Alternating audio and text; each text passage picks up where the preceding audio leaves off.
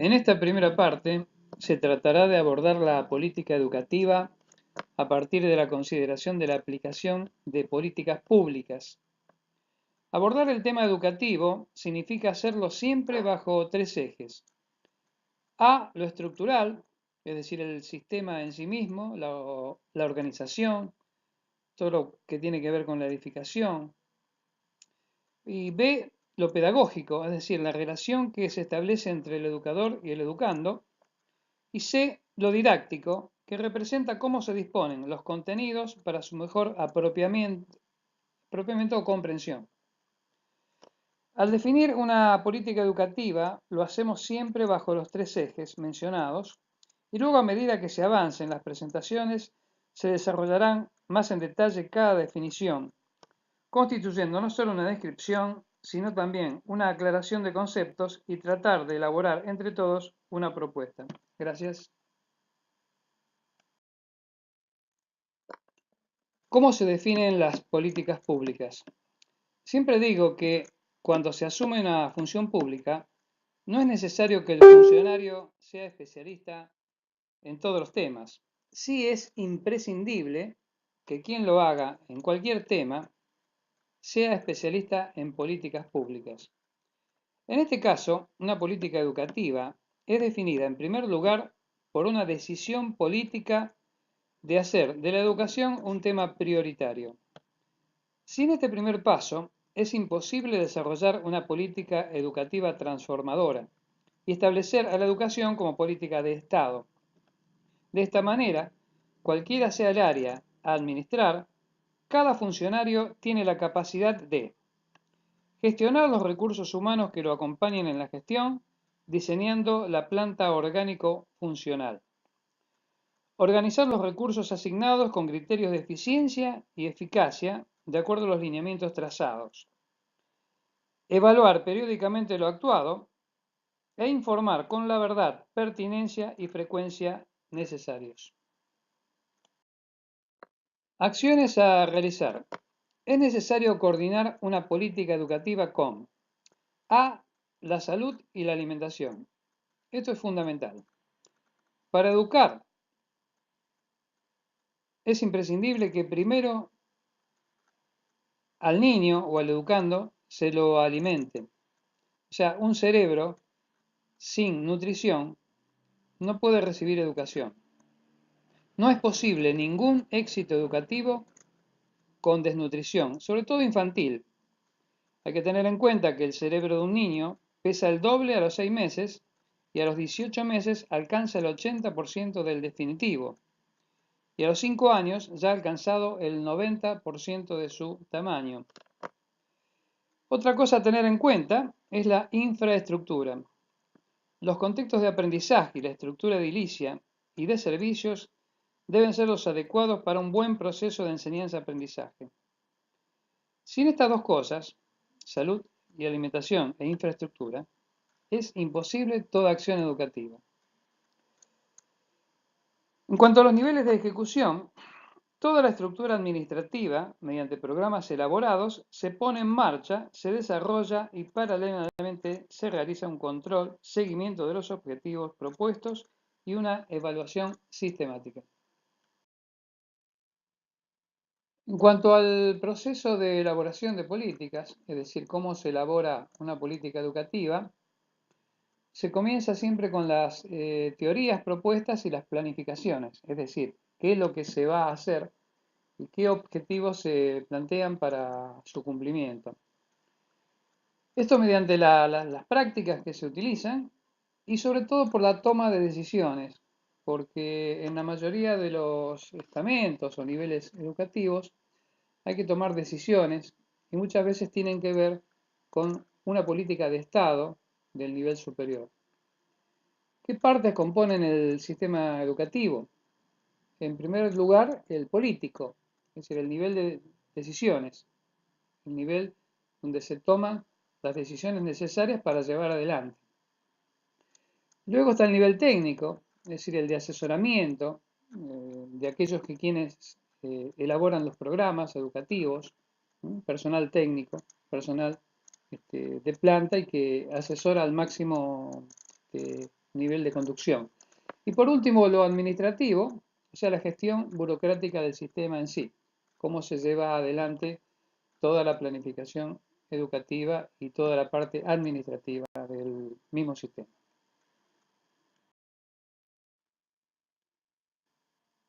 Antes de seguir adelante, es necesario plantear algunas definiciones, como por ejemplo, ¿qué significa política? Una palabra que está muy en la población, en nuestros diálogos diarios, que como definición eh, dice que política es ciencia y arte de gobernar, que trata de la organización y administración del Estado en sus asuntos e intereses. Esto, por supuesto, en cuanto a política educativa, que es de lo que estamos hablando. Una política pública se define como actividades del Estado a través de agentes o funcionarios dirigidas a lograr el bien común o influir sobre la vida de los ciudadanos. Es decir, todo lo que hace el Estado a través de un ministerio, en este caso el Ministerio de Educación Pública, todas sus actividades, cómo se conducen y cómo logran aquellos objetivos que se proponen mediante la planificación que habíamos mencionado anteriormente. Y una política educativa es la responsabilidad del Estado de asegurar la eficiencia, eficacia, calidad, equidad e igualdad del sistema educativo. Si se logran estos objetivos o estas metas, por supuesto que se logra el éxito de la política educativa. En cuanto a los tipos de educación que podemos encontrar en estos sistemas, en primer lugar la educación formal, que se inicia con la incorporación del niño a la etapa académica y finaliza al obtener el título universitario, es decir, la educación superior. Está marcada por un calendario escolar en el que puedan ser fijados los días de clase y los feriados, por ejemplo, no laborables. En cuanto a la educación no formal, son intervenciones educativas y de aprendizaje que se llevan a cabo en un contexto extraescolar. Esta modalidad enfatiza en las habilidades y puede tener lugar en centros de trabajo, ONG, organizaciones sociales de jubilados, etc. Esta experiencia que se comenta aquí como educación no formal está muy bien desarrollado en la República de Cuba, donde la educación no formal hizo realmente mucho por la educación general de toda la gente, ¿sí?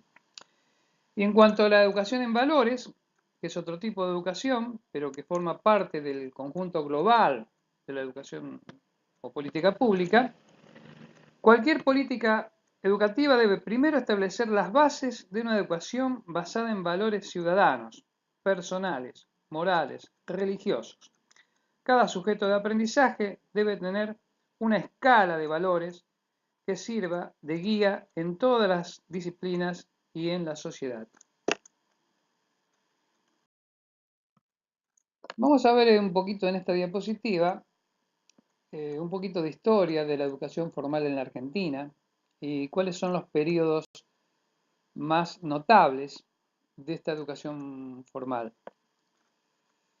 La educación formal en la Argentina se inicia a fines del siglo XIX y la primera etapa se la puede denominar la educación y los estados-nación. Es decir, la clase ilustrada de ese momento, dirigente, se basa en experiencias europeas e implementa el sistema educativo argentino.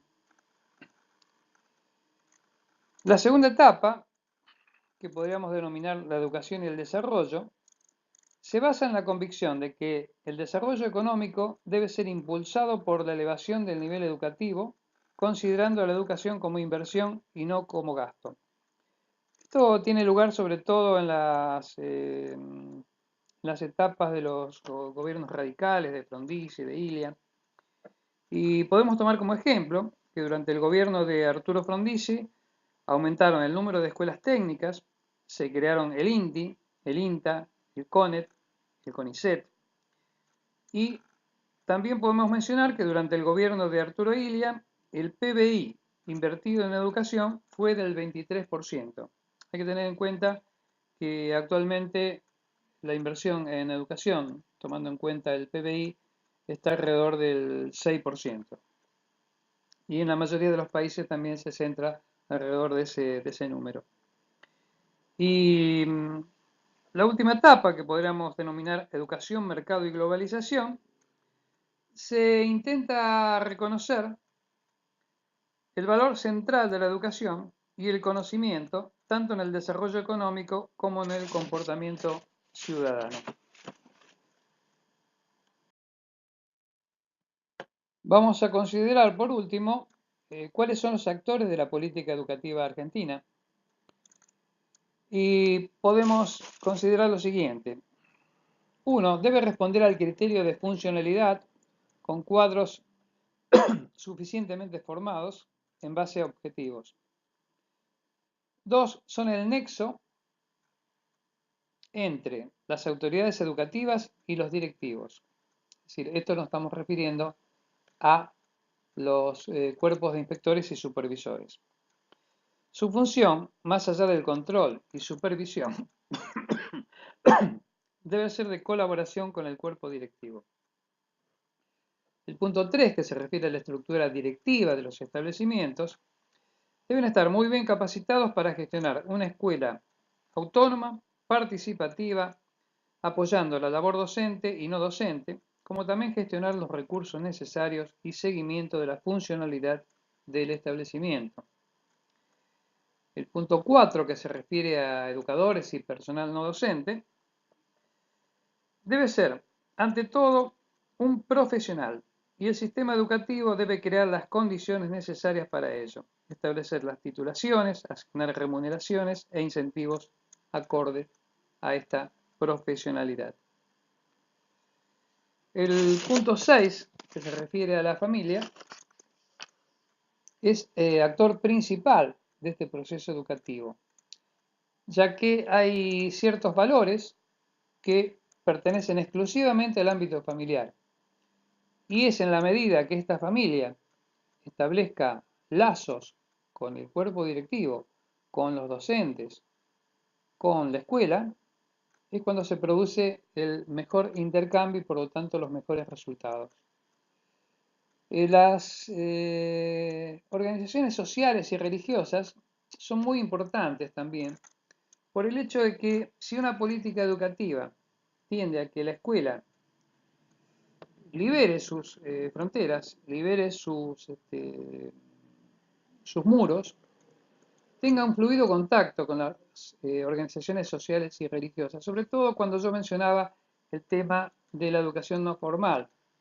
Entonces es importante que la participación de estas organizaciones sociales y religiosas sea considerada en grado alto como para lograr objetivos y lograr una educación mucho más social, ¿sí?